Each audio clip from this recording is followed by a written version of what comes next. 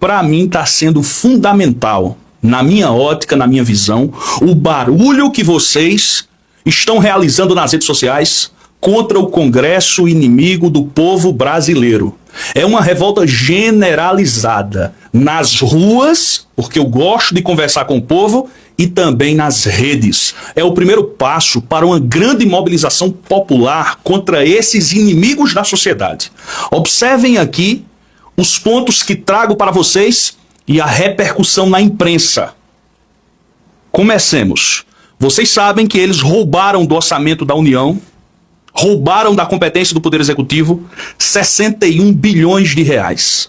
A LOA de 2026, Lei Orçamentária Anual. O orçamento do ano que vem é um escândalo sem precedentes. O aumento de 23%, um grande fundão eleitoral com o dinheiro do povo. Eles cortaram 400 milhões do pé de meia. Atenção você estudante. O Congresso Nacional cortou da LOA 400 milhões do pé de meia. Cortou da LOA 200 milhões do abono salarial. Cortou 300 milhões do Vale Gás. E cortou, por exemplo, também 391 milhões do seguro-desemprego. Para quê? Para ficar com o dinheiro das emendas e, lamentavelmente, roubarem o nosso dinheiro. E aqui eu não generalizo, é todo o Congresso? Não. Mas é uma forte e robusta maioria. Eu peguei aqui, por exemplo, porque a votação foi simbólica. Os deputados não puderam falar, nem os senadores da República. Lembrando que o relator da LOA foi o deputado federal Gervásio Maia, filiado ao PSB da Paraíba. Parceiro do Hugo Mota, é do PSB, mas parece-me que vai sair. É PSB Centrão. João Campos deve tomar muito cuidado com os filiados do PSB, porque tem uma parcela aí que é centrão na veia, viu? Estou aqui com uma declaração de voto das deputadas Fernanda Melchiona, Heloísa Helena e Sâmia Bonfim.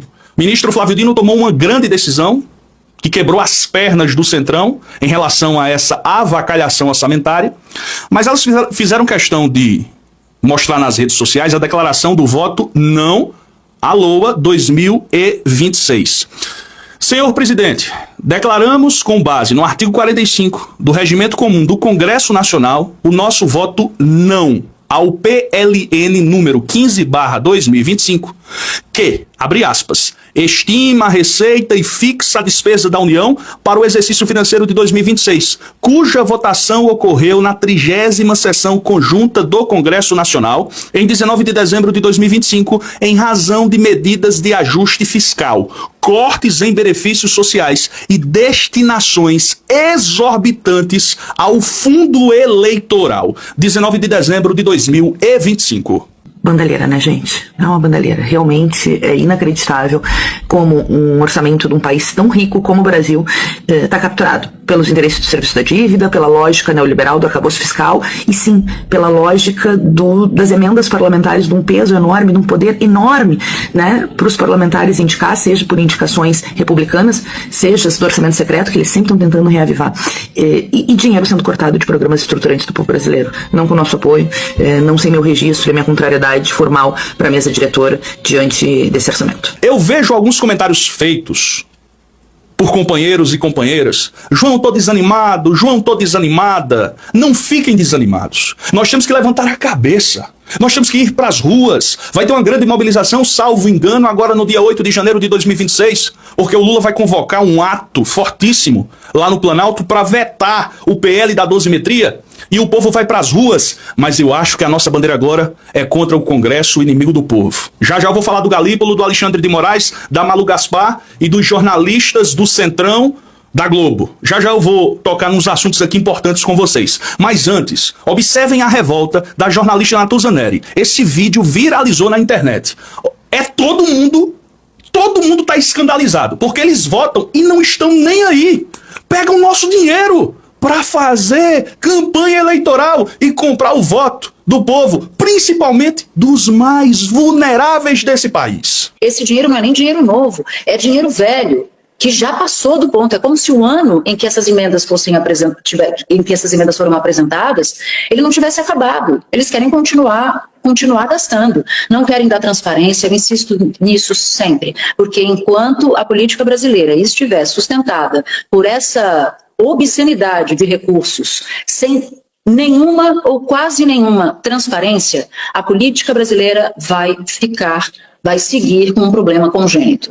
Não existe presidente da República que governe, com o Congresso tomando conta do orçamento, e aí pode ser o presidente da República atual, pode ser o próximo presidente da República. Note que Bolsonaro não governou, porque o Congresso já tinha instituído o orçamento secreto. Lula tem muitas dificuldades de governar quando precisa de parceria do Congresso, e tem uma pessoa, um ministro do Supremo, que está tentando moralizar essa história, que é o ministro Flávio Dino. Ele não é o único ministro do Supremo que toca investigações cabeludíssimas sobre desvio de dinheiro com emendas parlamentares, em particular uma modalidade que é a emenda PIX. O esquema desse roubo de emendas parlamentares, e falo isso baseando-me nas operações da Polícia Federal e em 80 inquéritos abertos. E 80 inquéritos, é bom que vocês saibam, não significam que esses inquéritos são relacionados a apenas um deputado ou a um senador. Olha só como a coisa tá gigante. Tem inquérito aí que junta 3, 4 parlamentares, entre senadores e deputados. Tem até esquema de agiota pelo meio. Vamos supor, destinam uma emenda aí de 4 milhões de reais, aí roubam 2 ou roubam tudo. Tem camarada que tem a cara de pau de roubar tudo. Aí tem um agiota que antecipa o dinheiro para eles e depois recebe de volta com 25% de juros o nosso dinheiro, irmão. O nosso dinheiro é uma coisa assim lamentável, e é o que o presidente Lula tem batido. Desse jeito não dá para você fazer um planejamento estratégico orçamentário. E citaram, por exemplo, a obra da transposição do Rio São Francisco. Neste modelo atual, jamais seria possível a obra do porte da transposição do Rio São Francisco. E só sabe a importância da transposição do Rio São Francisco quem está hoje sendo beneficiado pelas águas do São Francisco. Hoje, antes de entrar no plantão, uma senhora me abordou e disse o seguinte: eles precisam parar de fazer isso com o meu dinheiro. Esse dinheiro é dinheiro do contribuinte brasileiro. E o ministro Flávio Dino tem o mérito de tentar moralizar minimamente essa história. E aí o que o Congresso faz quando vê o ministro Flávio Dino tentando moralizar essa história? Fala de impeachment de ministro do Supremo, porque no coração deles, eles não dizem, mas no coração daqueles que são os senhores do orçamento secreto, e há um punhado deles, Flávio Dino é um empecilho. É um empecilho para eles tomarem conta totalmente. É uma espécie de parlamentarismo orçamentário, sem a responsabilidade que o parlamentarismo traz. O poder emana do povo, e esses inimigos da sociedade serão derrotados. Antes de eu entrar aqui na questão do Galípolo, o BNDES está fazendo aí um grande trabalho e o governo federal tem divulgado, né?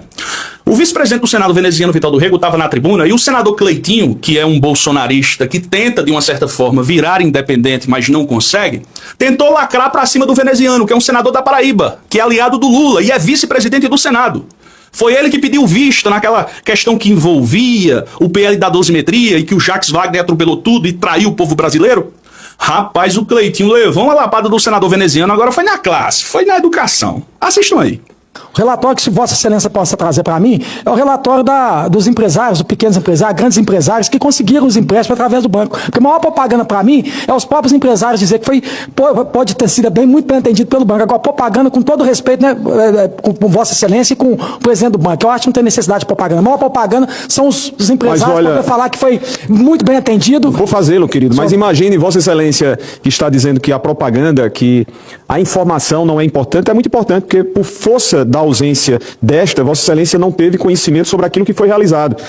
E existe essa diferença. O governo anterior de Jair Bolsonaro não tinha o que dizer sobre os investimentos do BNDES, porque o BNDES não operava, não existia, não se fazia presente em todas as regiões, e diferentemente desses últimos 3 anos. É importante, através das informações e não das desinformações que muitas das vezes campeiam e tomam o ambiente, é importante que nós levemos. O BNDES só faz essa propaganda mencionada por Vossa Excelência porque tem a apresentar. E eu terei, com muita alegria, com muito respeito a Vossa Excelência e aos nossos companheiros, de poder apresentar esse retrato sintético do que foi feito nesses últimos anos, nesses últimos 3 anos também pelo BNDES, sob a presidência do nosso querido ex-senador Aloysio Mercadante.